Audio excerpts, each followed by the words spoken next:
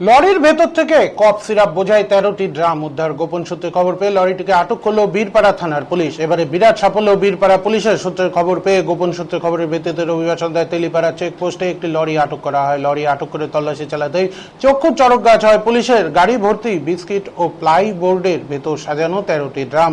পরবর্তীতে ড্রামগুলি কাটতেই বেরিয়ে আসে প্রচুর পরিমাণে অবৈধ কিউরেক্স সিরাপ। ঘটনাস্থলে উপস্থিত ছিলেন বীরপাড়ার সার্কেল ইন্সপেক্টর, বীরপাড়া থানার বিশাল পুলিশ বাহিনী। পুলিশ সূত্রে খবর, অবৈধ কিউরেক্স কাপ সিরাপ গুলি পাচার করা হচ্ছিল। ঘটনায় গাড়িতে থাকা চালককে গ্রেপ্তার করা হয়েছে। সিরাপগুলির মূল্য কত হবে তা এখনো স্পষ্ট নয়।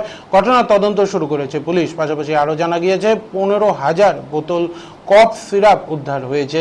লরিটি শিলিগুড়ির দিক থেকে অসমের দিকে যাচ্ছিল। ধৃত ব্যক্তির নাম ইনসাম শেখ।